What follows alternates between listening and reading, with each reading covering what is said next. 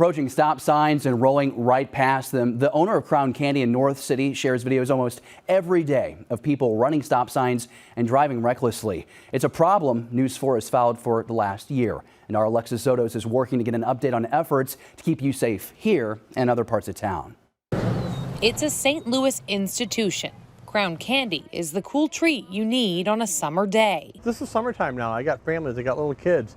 All it takes is one little kid to dart out between cars and somebody blowing a stop sign, and we're down here doing a whole different interview, which is I never want to have to do. Andy Karanzev will not be quiet about his demands to make Old North St. Louis safer. Just last summer, he shared with News 4 his concerns, documented almost daily in surveillance video. People running the stop sign, speeding, driving recklessly. It's pretty much status quo.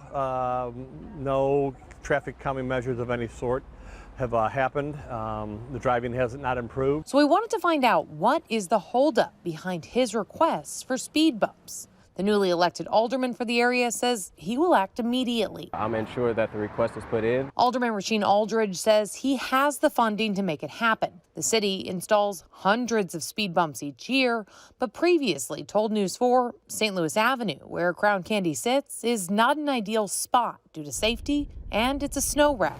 But just a few blocks away is a speed bump. I don't understand the randomness of who gets them or how they appear. Aldridge says there's often too much red tape when it comes to city government. Street safety is something that's very important. I think it's something that also helps bring people to St. Louis. Ted Cruz is another summer staple, and unfortunately, a teenager was killed crossing Chippewa just last summer. The city has vowed to make safety improvements, but if you take a look, no changes have been made. The city tells me that they are still in the design phase with the hope of construction starting next year, which will end up making it 2 years since tragedy struck.